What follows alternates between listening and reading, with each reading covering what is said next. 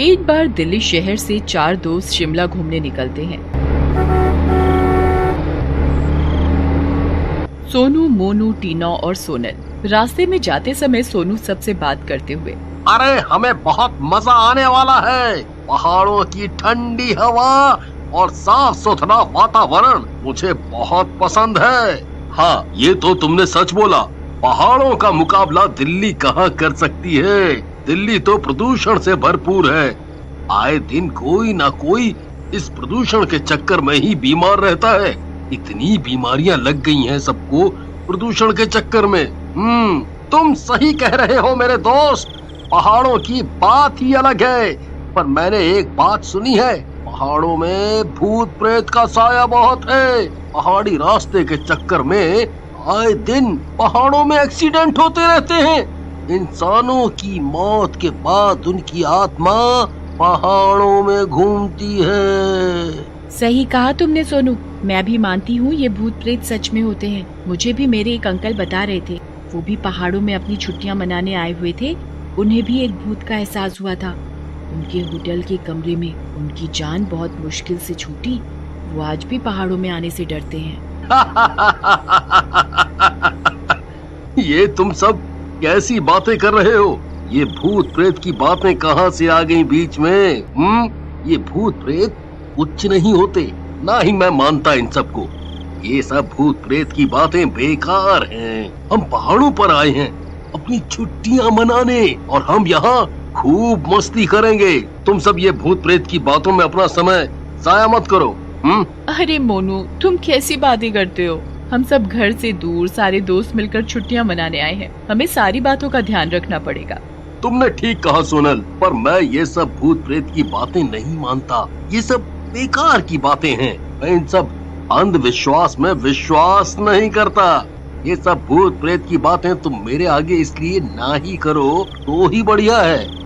जब ये सब मुझे कभी मेरे आगे दिखेगा तभी मैं इन सब पर विश्वास करूंगा। ठीक है, तुम्हें विश्वास नहीं है ना? मैं तुम्हें भूत प्रेतों में विश्वास करना सिखवा दूंगी। मेरे पास एक ऐसा गेम है। अरे सोनल, तुम ये सब क्या बातें कर रही हो? मुझे तो सुनकर ही बहुत डर लगने लग गया है। मुझे माफ करो और तुम ऐसी भूत प्रेत की बातें मत करो। यहाँ हमारे साथ हमारे माँ बाप भी नहीं है। हमें कोई नहीं आएगा बचाने। अरे सोनू, तुम इतने डरपोक हो मैंने कभी नहीं सोचा था। तुम तो बहुत ही ज्यादा डरपोक निकले। सोनल, तुम मुझे बताओ क्या गेम है? मैं खेलना चाहूँगा। ठीक है, हम एक बार होटल पहुँच जाएं, फिर हम रात में खाना खाकर ये गेम खेलते हैं। सोनू और टीना मोनू और सोनल की बातें सुनकर बहुत ज्यादा डर जाते हैं।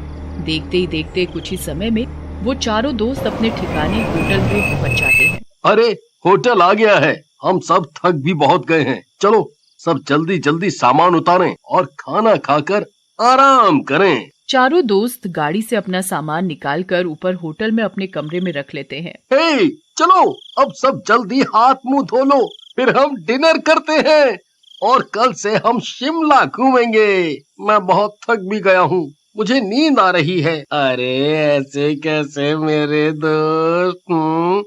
हम दिल्ली से इतनी दूर मस्ती करने आए हैं, सोने थोड़ी आए हैं। हम पहले खाना खा लेते हैं, फिर सोनल वाला गेम खेलेंगे। मैं भी तो देखूं कहाँ है पहाड़ों में भूत। मैंने आज तक अनुभव नहीं किया, मैं भी आखिर देखना चाहता हूँ भूत और चुड़ैलों को। मोनू की बात सुनकर टीना बहुत घबरा जाती है।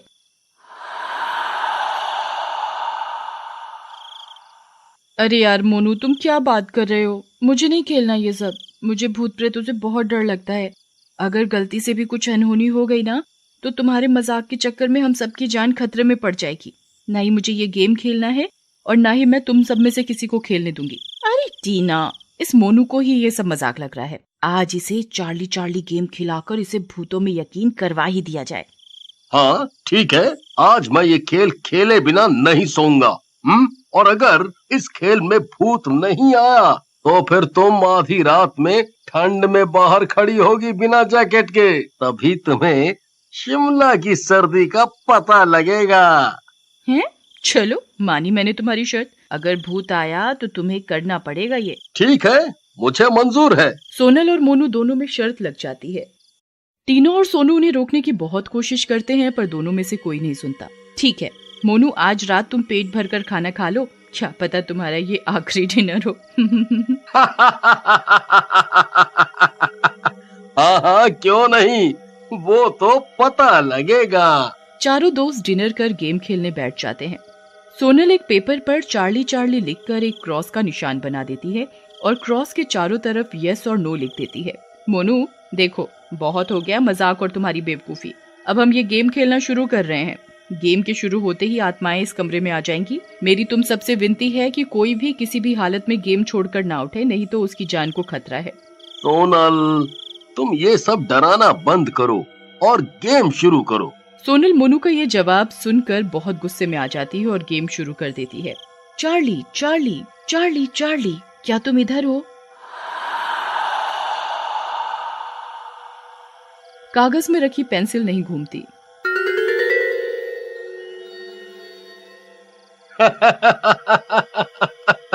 सोनल, आज तो तुम शिमला की ठंड में बाहर खड़े होने के लिए तैयार रहो। सोनल मोनू की बात का जवाब ना देते हुए फिर से चार्ली को बुलाती है। चार्ली चार्ली, क्या तुम इधर हो? पेंसिल घूमकर पेज पर यस पर चली जाती है।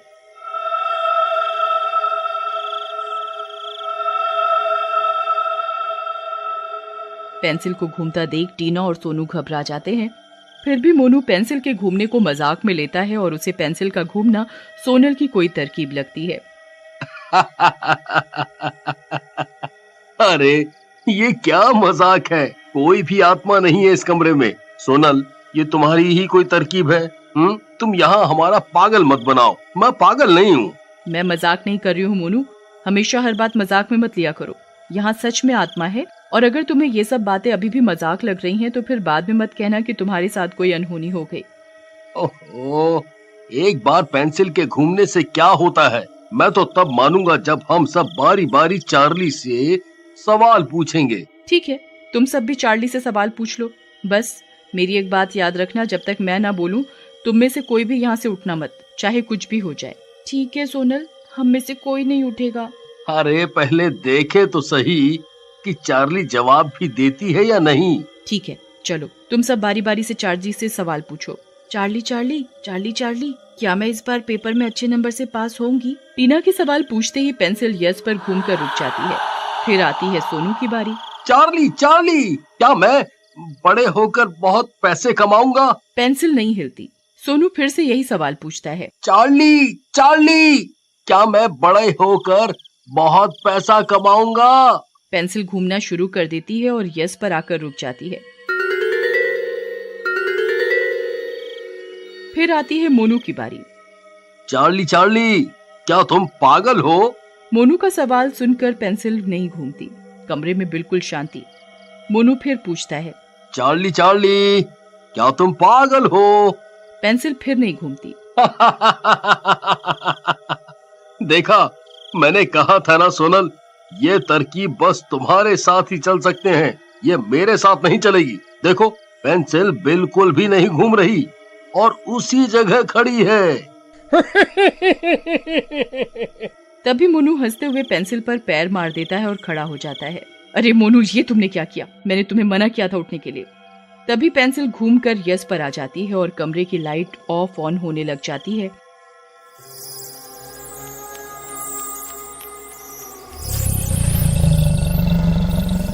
आई मम्मी, बचा लो! अरे मर गया रे, भागो रे!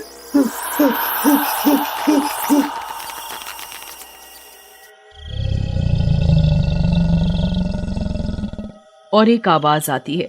वो आवाज आत्मा की होती है। हाँ, मैं पागल हूँ, देख अब मैं तेरा क्या करती हूँ। पागल आत्मा तो कुछ भी कर सकती है आखिरकार। तभी एकदम से कमरे की लाइट बंद हो जाती है और मोनू को आत्मा दीवार में धक्का देकर मारती है। मोनू को धक्का लगने के बाद मोनू बेहोश हो जाता है और लाइट खुद ऑन हो जाती है। तभी से मोनू की याददाश्त चली जाती है और मोनू को अब कुछ सुनने समझने की शक्ति नहीं रहती।